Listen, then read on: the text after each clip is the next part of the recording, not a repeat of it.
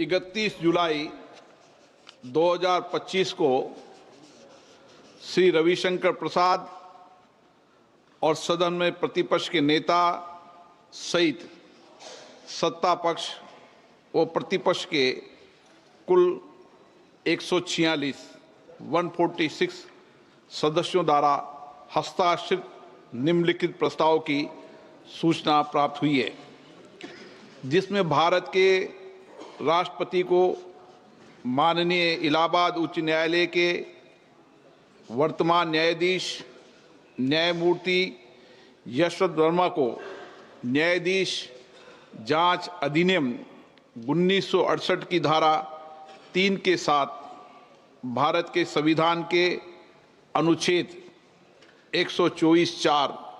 के साथ पठित अनुच्छेद 217 और अनुच्छेद 218 के अंतर्गत उच्च न्यायालय के न्यायाधीश के पद से हटाने के लिए एक समावेदन प्रस्तुत करने का प्रस्ताव है। ये सदन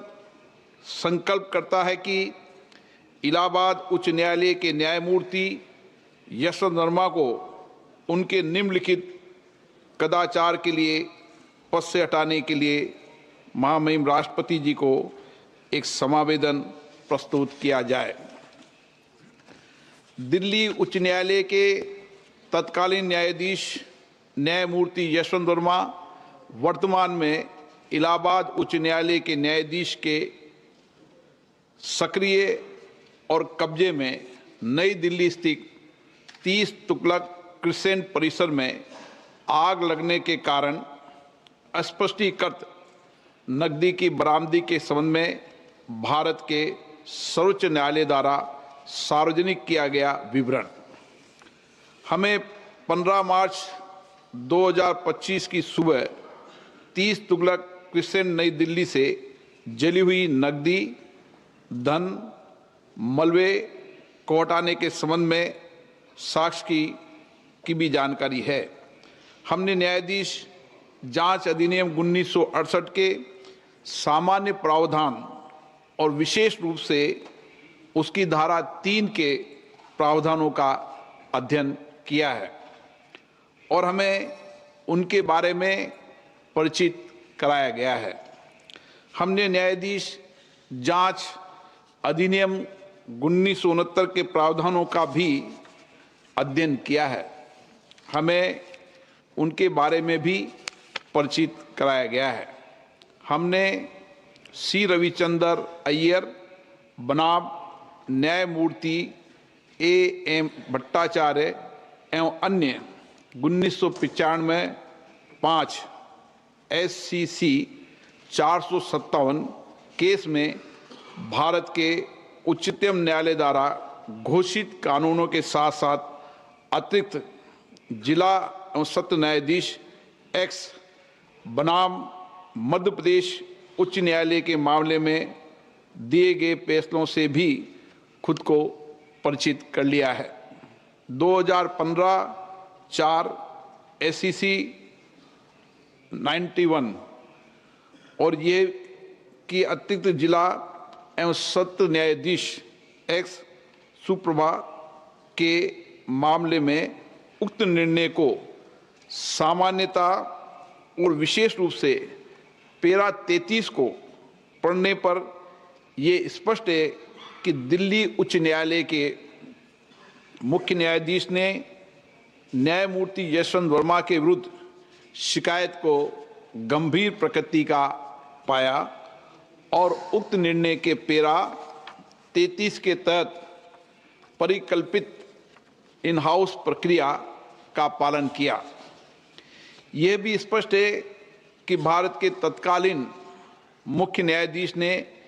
इस गंभीर एवं चौंकाने वाले घटना और तथ्यों पर विचार करने के बाद और न्यायमूर्ति यशवंत वर्मा की प्रतिक्रिया तथा दिल्ली उच्च न्यायालय के मुख्य न्यायाधीश की टिप्पणियों को ध्यान में रखते हुए ये राय बनाई कि इस विषय पर गहन जांच आवश्यक है। इसलिए भारत के तत्कालीन मुख्य न्यायाधीश ने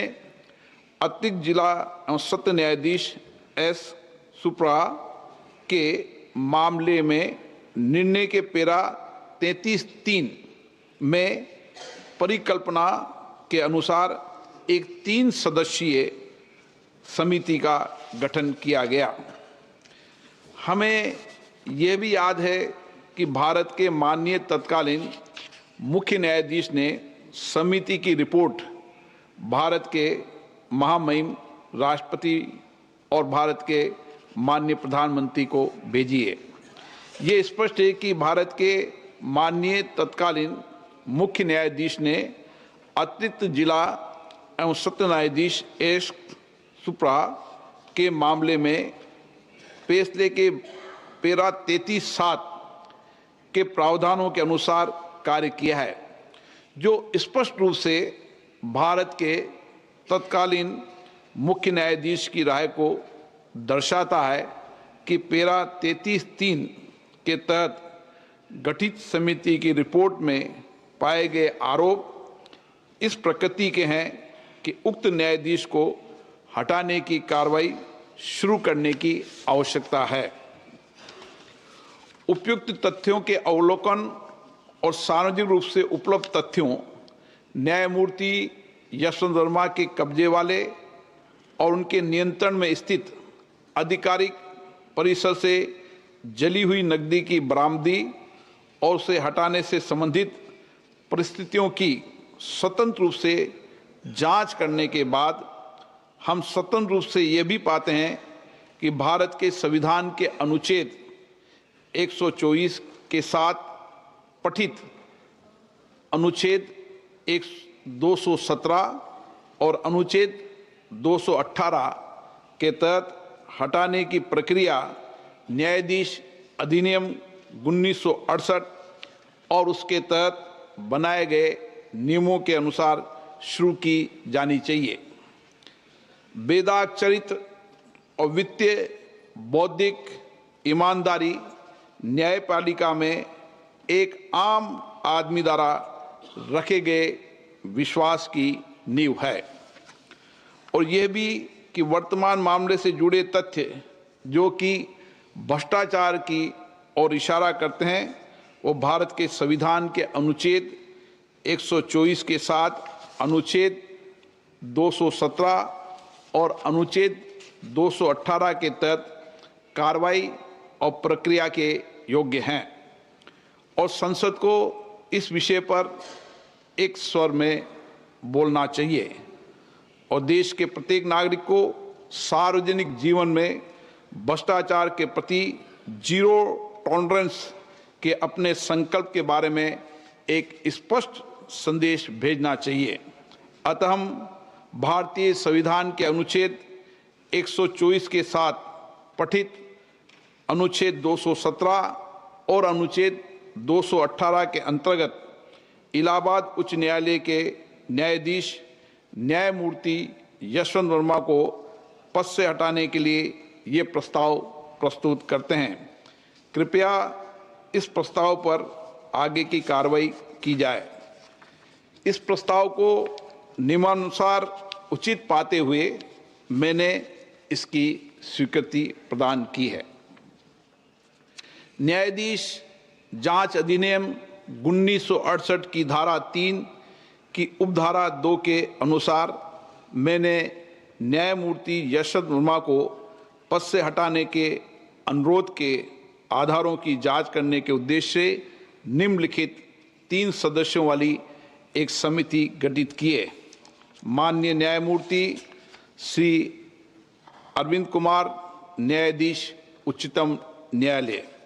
माननीय न्यायमूर्ति श्री मनिंदर मोहन श्रीवास्तव, मुख्य न्यायाधीश मद्रास उच्च न्यायालय, श्री BV आचार्य,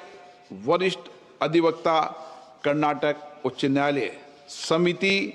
यथाशीघ्र अपनी रिपोर्ट प्रस्तुत करेगी। जांच समिति की रिपोर्ट